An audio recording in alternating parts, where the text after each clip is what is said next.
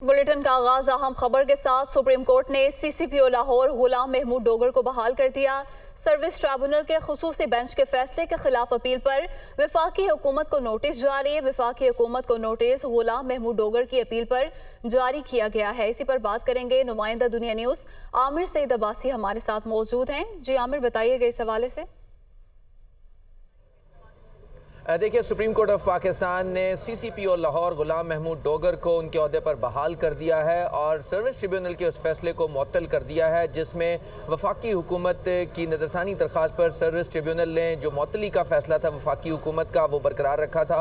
उस फैसले को सुप्रीम कोर्ट ऑफ पाकिस्तान ने मुअत्तल कर दिया है। लिहाजा गुलाम महमूद डोगर सीसीपीओ लाहौर उनको उनके ओहदे पर बहाल कर दिया है सुप्रीम कोर्ट ऑफ पाकिस्तान के 3 रुकनी बेंच ने, जिसकी सरबराही जस्टिस इजाजुल एहसन कर रहे थे। जब समाअत हुई तो गुलाम महमूद डोगर के जो वकील हैं आबिद जुबैरी, उन्होंने अदालत को बताया कि इस वक्त एक गैर मामूली सूरत हाल का सामना है सीसीपीओ लाहौर को, क्योंकि उनको ना तो पंजाब हुकूमत रिलीव कर रही है और वफाकी हुकूमत उन्हें तलब कर रही है, रिपोर्ट करने का कह रही है, और साथ में वफाकी हुकूमत ने उन्हें मुअत्तल कर दिया है।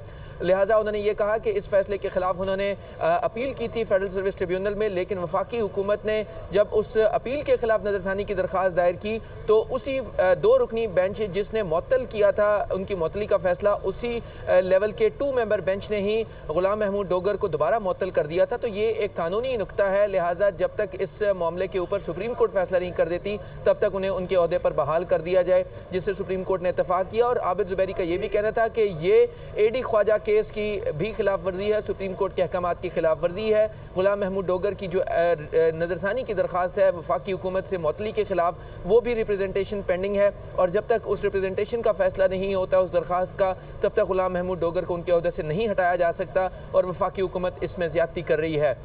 लिहाजा सुप्रीम कोर्ट ने यह कहा कि हम इसमें दूसरे फरीक को भी सुनना चाहेंगे।